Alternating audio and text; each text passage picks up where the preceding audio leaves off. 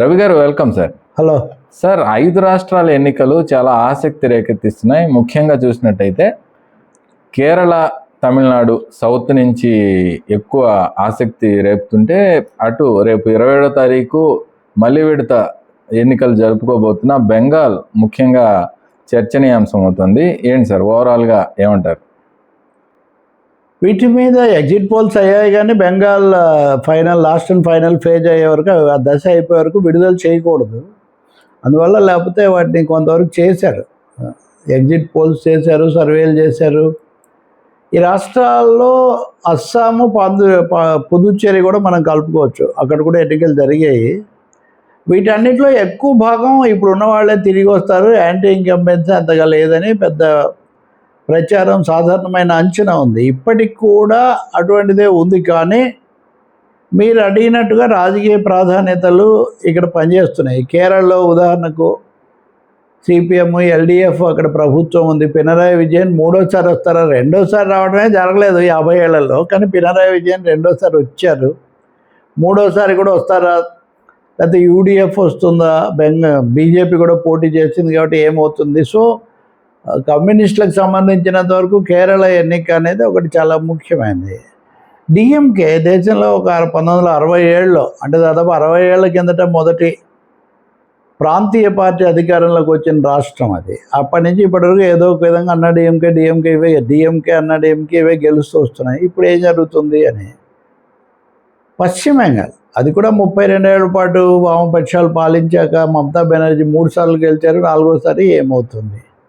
అస్సాం ఈశాన్యంలో, తూర్పులో చాలా కీలక పాత్ర వహిస్తుంది. అక్కడ బంగ్లాదేశీలనండి, మత సంబంధాలు, బెంగాలీ అస్సామీ సంబంధాలు వీటి రీత్యా సున్నితమైంది. సో ఈ కారణాల వల్ల ఇప్పుడు బాగా దృష్టి కేంద్రీకృతమైంది.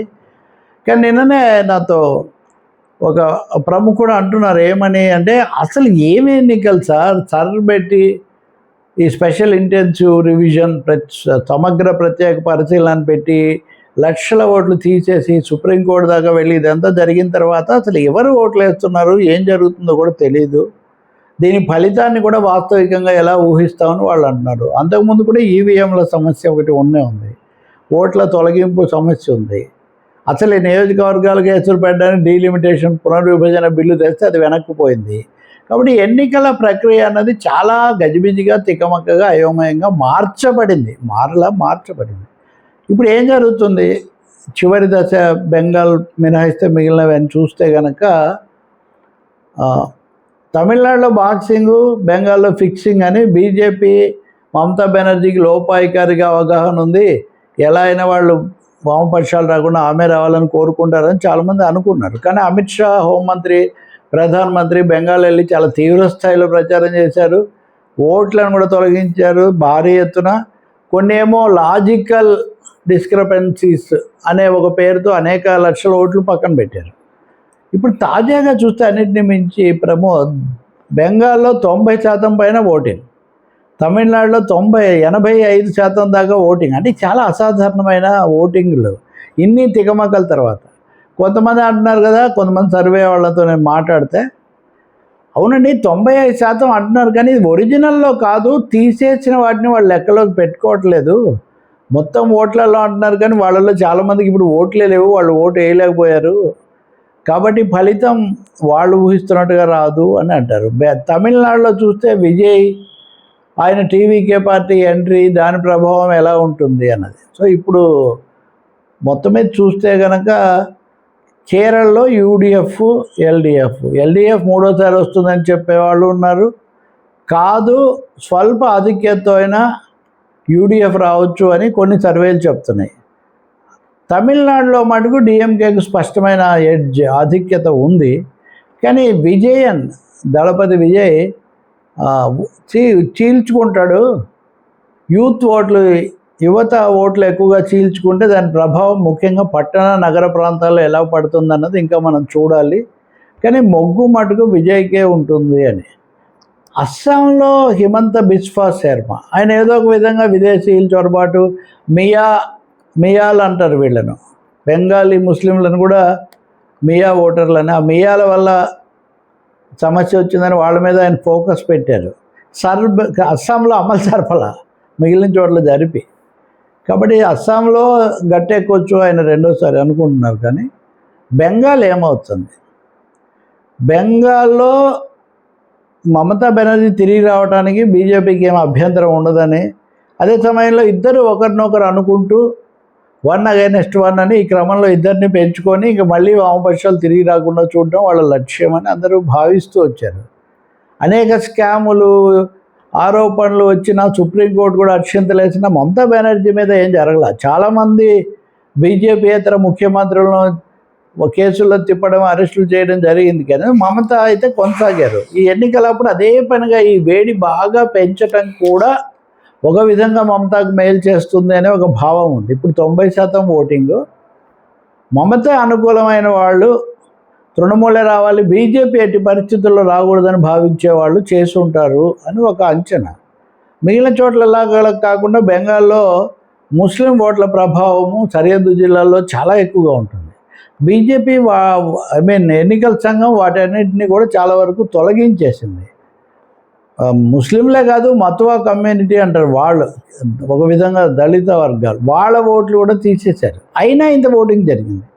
సో ఈ ఓటింగ్ ఇంత భారీగా జరిగాక అమిత్ షా కూడా కొంచెం ఆలోచనలో పడ్డారు. అంతకుముందులాగా వచ్చేస్తాం అన్న వాళ్ళు ఇప్పుడు అనడం లేదు అని పరిశీలకులు చెప్తున్నారు. సో నిజమైన ఒక పెద్ద కురుక్షేత్రమను లేకపోతే అంచనాలకు సంబంధించిన తికమక పశ్చిమ బెంగాల్ మీద చాలా ఎక్కువగా ఉంది. అదే సమయంలో బేబీ సిపిఎం కార్యదర్శి ఇలాంటి వాళ్ళు మీరు ఆశ్చర్యకరమైన ఫలితాలు మేము చూపిస్తామంటున్నారు.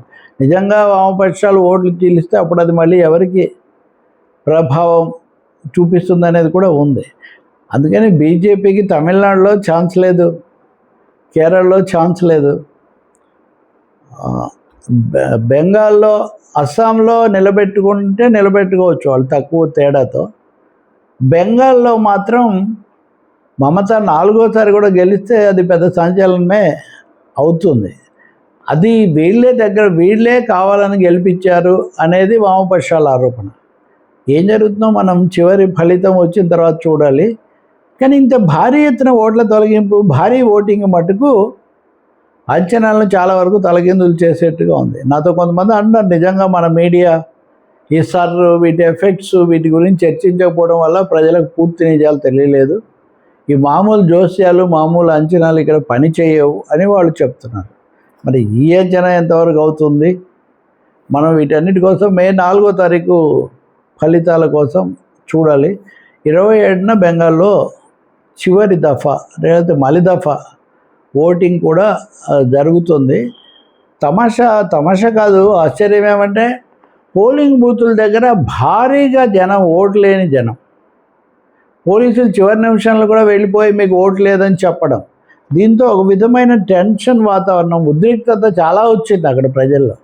సో వాళ్ళందరూ కూడా కేంద్రం ఇలా చేసింది కాబట్టి వాళ్ళకు వ్యతిరేకంగా మమతా బెనర్జీకి ఓటేస్తుంటారు అని ఒక అంచనా పరిశీలకుల్లో ఉంది. ఇంక నిజాలన్నీ మనకు 4వ తారీఖున తెలుస్తాయి. 27వ తారీఖు సాయంత్రం నుంచి ఎగ్జిట్ పోల్స్ మొదలవుతాయి. చాలాసార్లు ఎగ్జిట్ పోల్స్ కొంచెం అటు ఇటు దగ్గరగా ఉంటాయి కాబట్టి మనం 27 సాయంత్రానికి అంటే సోమవారం ఒక అంచనా వస్తుంది. బట్ ఇవైతే గేమ్ చేంజర్స్ అవుతాయి. మొన్న మహిళా రిజర్వేషను పునర్విభజన బిల్లులో ఓటమి దెబ్బతిన్నటువంటి బీజేపీకి, ముఖ్యంగా మోదీ నాయకత్వానికి ఈ ఎన్నికల్లో కూడా ఎక్కువ చోట్ల ఎలాగూ దెబ్బతింటారు కాబట్టి మోదీ హవా కొంచెం తగ్గింది, గతంలో ఉన్నది బాగా వెనకబట్టు పట్టింది అనే అభిప్రాయం కలగడానికి ఎక్కువ అవకాశం ఉంది. Right sir.